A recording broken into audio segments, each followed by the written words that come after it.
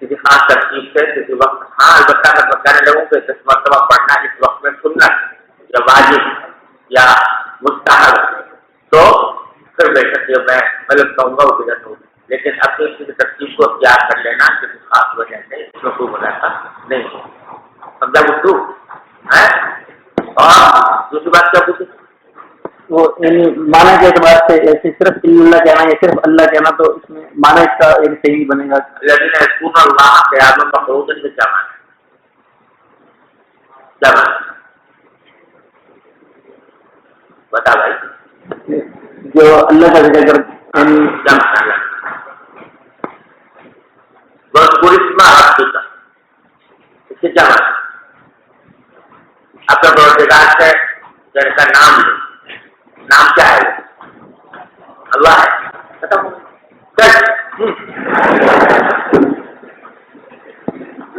سوال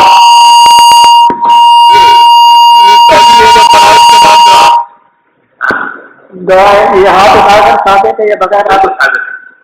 بعض لوگ آج اس کا انکار کرتے ہیں. بات غلط ہے.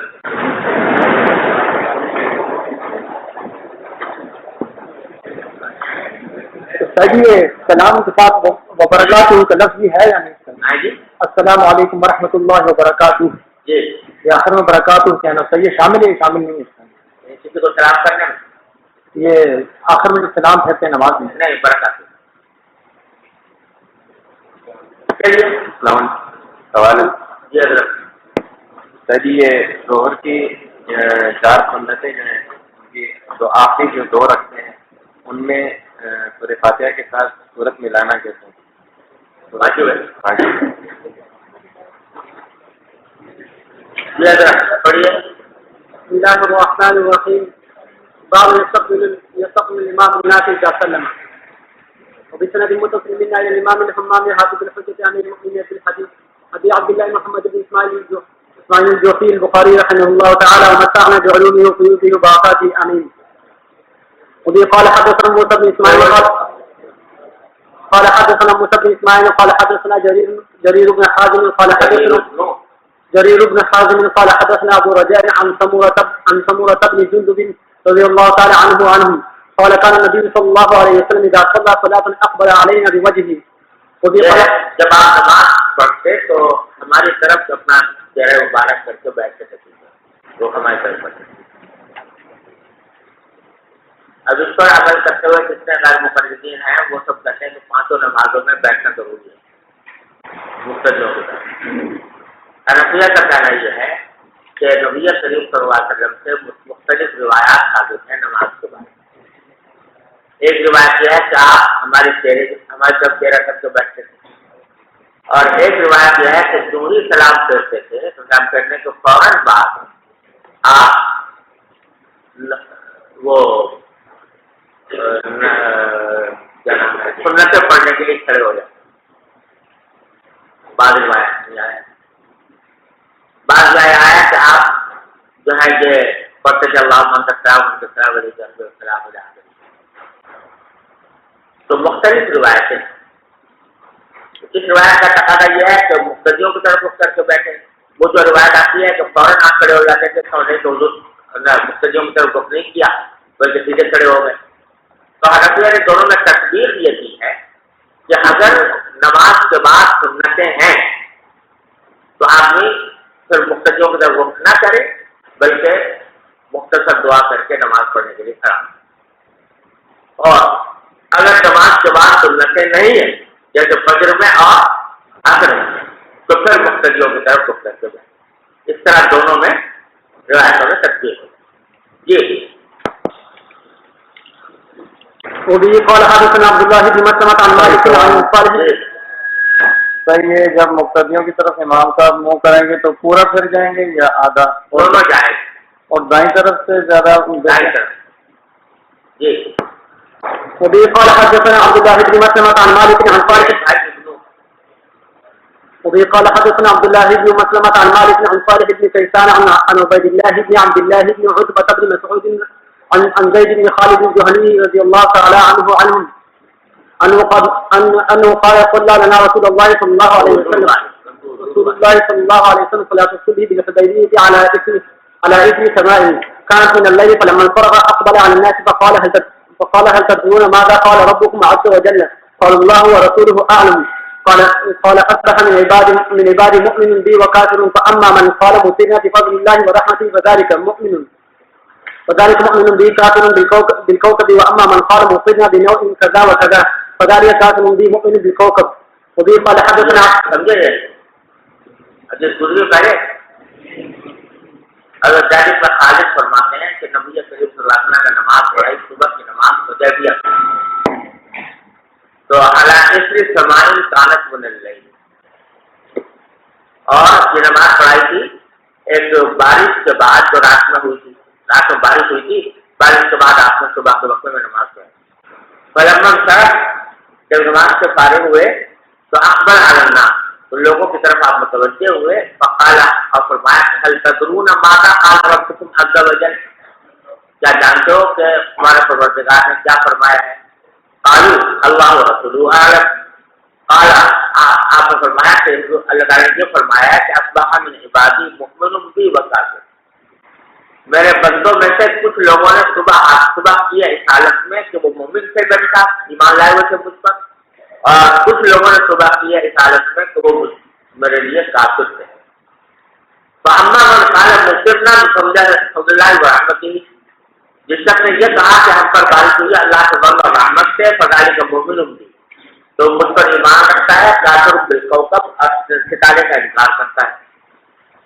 واما من قال اور وہ شخص جس نے کہا کہ مسرنا بنوع کذا وکذا، کیا میں بارش ہوئی اور فلاں ستارے کی وجہ سے، یا یار فاقدہ تھا نا کہ خاص کوئی ستارہ طلوع ہوتا ہے تو اس سے بارش ہوتی ہے.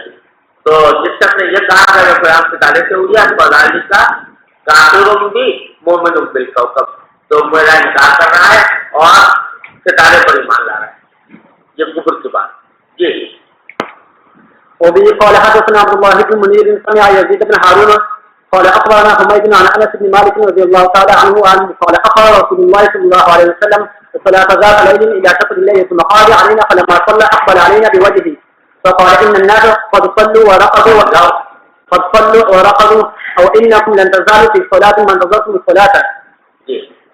باب مقت الإمام في صلاه بعد سلامه وقال في مصلاه بعد سلامه. وقال لنا آدم وحدثنا شعبة عن أيوب عن نافع قال كان ابن عمر يصلي في مكان الذي صلى فيه فريضة وفعله القاسم يذكر عن أبي هريرة رضي الله تعالى عنه رفعه لا يرفعه الإمام في مكانه ولم يصح. اور یہ کہتے ہیں کہ عبداللہ بن عمر اسی جگہ پر نماز پڑھنا شروع کر دیتے تھے جس میں تو انہوں نے فرض پڑھا ہے، یعنی وہاں سے منتقل ہو کر کسی اور جگہ جانے کو ضروری نہیں سمجھتے تھے، جہاں فرض پڑے ہیں وہیں پر سنتیں پڑھنا شروع کر دیتے. وقالہ القاسم، اور قاسم بن محمد جو فقائے مدینہ میں سے ہیں تو وہ بھی وہیں پر انہوں نے بھی ایسا کیا کہ وہ بھی وہیں پر جہاں فرض پڑھتے وہیں سنت بھی پڑھی. وَيُذْكَرُ عَنْ أَبِي هُرَيْرَةَ رَفَعَهُ، اور حضرت برارہ سے ایک روایت مذکور ہے جس میں حضرت برارہ نے مرفوعاً جس کو روایت کیا ہے کہ لا يتطوع الامام في مكانه، کہ امام کو اپنی جگہ پر تطوع نہیں کرنا چاہیے، نفل نہیں پڑھنی چاہیے. یہ حدیث ہے جو حضرت برارہ سے منقول ہے، لیکن کہتے ہیں لا يصح، امام بخاری کہتے ہیں کہ وہ حدیث صحیح نہیں. ارے سمجھو، البتہ ایک اور حدیث ہے جو مسند ابن شیبہ میں حضرت علی سے مروی ہے، سمجھے نا؟ وہ یہ ہے کہ جس میں آپ کو فرمایا کہ لا من السنت اللہ يتقبل امام حتى يتقبل عن مکانه، یہ علی سے مروی ہے، اور اس کو یہ سند حسن سے قرار دیا گیا ہے. سمجھو بھائیو. دوسرے صحیح مسلم میں ایک حدیث آتی ہے کہ معاویہ رضی اللہ تعالیٰ عنہ نے نبی کریم صلی اللہ علیہ وسلم کی طرف منسوخ کر کے فرمایا کہ آپ نے جو فرمایا ہے کہ جہاں پر پڑھا ہو تو وہاں سے ہٹ جائے امام، اور یا تو باہر چلا جائے یا کسی اور جگہ جا کر نماز پڑھے. ان دو حدیثوں کی وجہ سے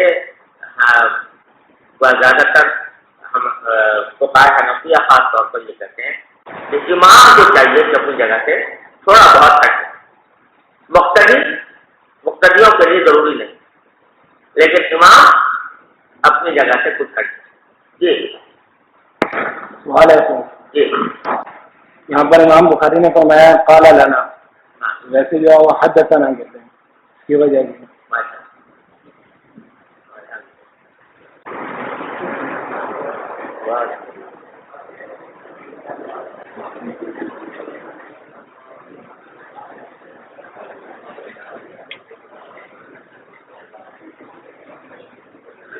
آپ شروع میں موجود تھے جب سبق شروع ہوا تھا یا غائب تھے؟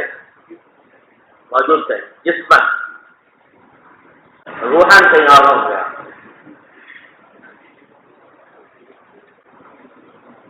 تو میں بتایا کہ بات نہیں،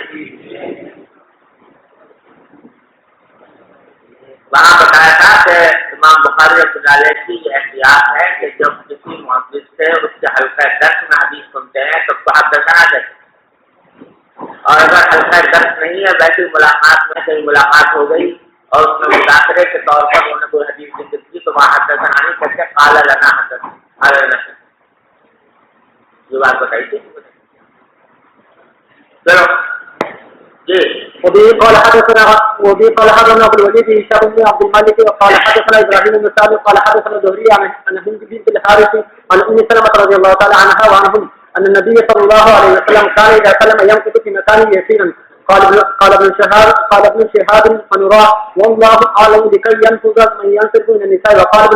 وقال ابن ابي مريم اخبرنا نافع بن يزيد قال حدثني جعفر بن ربيعه ان ابن شهاب كتب إليه قال حدثني هند بنت الحارث الفراسية عن أم سلمة رضي الله تعالى عنها وعنهم زوج النبي صلى الله عليه وسلم كانت من صواحباتها قالت كان يسلم فينصرف النساء فيدخلن بيوتهن من قبل أن ينصرف رسول الله صلى الله عليه وسلم. وقال ابن وهب عن يونس عن ابن شهاب أخبرتني هند الفراسية. وقال عثمان بن عمر أخبرنا يونس عن الزهري قال حدثتني هند القرشية. وقال الزبيدي أخبرني الزهري أن هند بنت الحارث القرشية أخبرته وكان تحت معبدين مقدار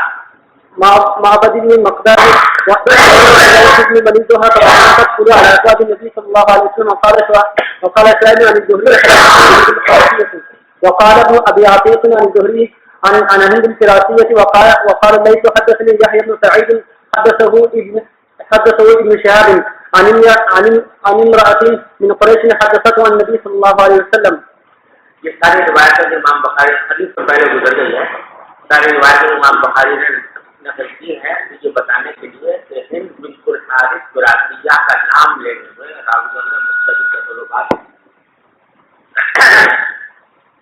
کہیں ان کو ہند بنت الحارث القرشیہ کہا ہے، کہیں قرشیہ کہا ہے، کہیں ہند القرشیہ کہا ہے، کہیں ہند القرشیہ کہا ہے، کہیں ہند بنت الحارث القرشیہ کہا ہے، کہیں امراۃ القریش کا، جو مختلف طرق روایت کیے ہیں اس کو بتانے کے لیے کہ ان کا نام لینے میں راویوں نے مختلف طریقے اختیار کیے ہیں۔ ارے سمجھو چلو باب من صلى بالناس فذكر حاجته فتقطعهم. وبه قال حدثنا محمد بن عبيد قال حدثنا عيسى بن يونس عن عمر بن سعيد قال أخبرني ابن أبي مليكة عن عقبة قال صليت وراء النبي صلى الله عليه وسلم بالمدينة العصر فسلم فقال مسرعا فتقطع رقاب الناس إلى بعض حجر نسائه ففزع الناس من سرعة فقال عليه فرأى أنهم قد عجبوا من سرعة فقال ذكرت شيئا من سجن عندنا فكرهتان فكرهت